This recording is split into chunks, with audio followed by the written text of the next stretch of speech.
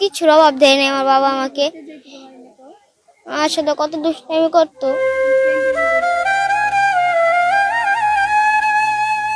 আসলে বাবা হত্যা যে করেছে এটা আমার পুরোটা দেখায়নি, কারণ এগুলো আমি সহ্য করতে পারবো না দেখে আমার ভিডিওগুলো দেখায়নি। কিন্তু সরকারের কাছে আমার একটাই জিনিস চাওয়া থাকবে যে যারা আমার বাবাকে মেরেছে তাদের কঠিন থেকে কঠিন শাস্তি হওয়া উচিত, তাদের ফাঁসি হওয়া উচিত। বাংলার বুকে যদি কেউ আর চাঁদাবাজ না থাকে আমি এটা চাই।